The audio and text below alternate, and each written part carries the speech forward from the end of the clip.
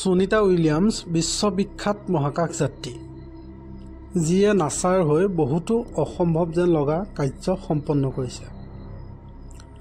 তেওঁ 1965 চনৰ 19 ছেপ্টেম্বৰত আমেৰিকাৰ ওহাইওত জন্মগ্ৰহণ কৰিছিল।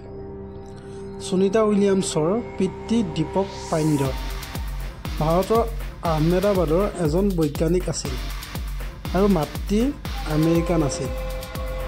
তেওঁ শৈশৱৰ পৰা আকাশত উৰাৰ এক বিশেষ ধৰণৰ উৎসাহ আছিল। সুনিতা উইলিয়ামছ স্কুলত থাকোঁতে বিজ্ঞান আৰু গণিতত বিশেষ ৰুচি দেখুৱাইছিল।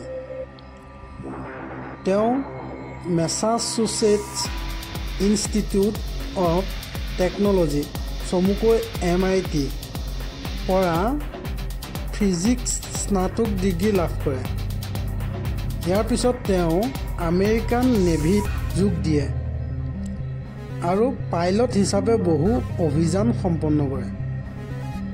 1906 চনত সুনিতা উইলিয়ামছ প্ৰথমবাৰৰ বাবে মহাকাশলৈ যায়।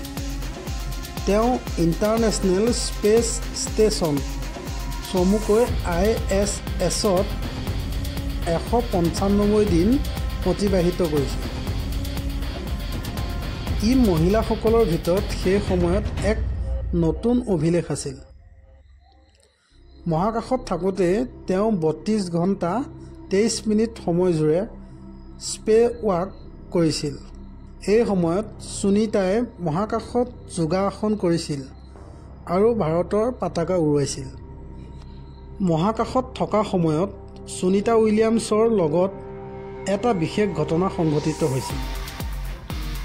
এবাৰ ISSৰ বাহিৰত কাম কৰি থাকোঁতে তেওঁ স্পেনাৰ টুকি গুচি গ'ল। এই ঘটনা তেওঁ গভীৰভাৱে নোলোৱাকৈ হাঁহি ধেমালি কৰিছিল। তেওঁৰ মনোবল আৰু ধৈৰ্যই বহুজনক অনুপ্ৰেৰণা কৰে। সুনিতা উইলিয়ামছৰ নতুন বহুতো অভিলেখ আছে।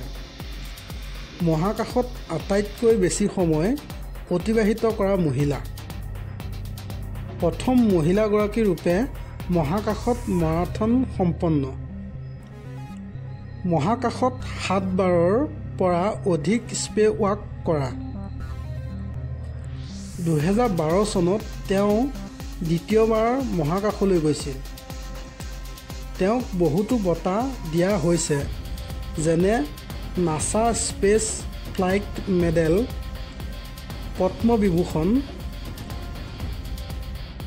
সুনিতা উইলিয়ামছৰ জীৱনত বহুজনৰ বাবে অনুপ্ৰেৰণা উৎস। তেওঁ দেখুৱাইছে যে মনত ইচ্ছা থাকিলে অসম্ভৱ যেন লগা স্বপ্নও পূৰণ কৰিব পৰা যায়। যদি আপোনালোকে ভিডিঅ'টো চাই ভাল পালে তেন্তে তলত মতামত জনাবলৈ নাপাহৰিব।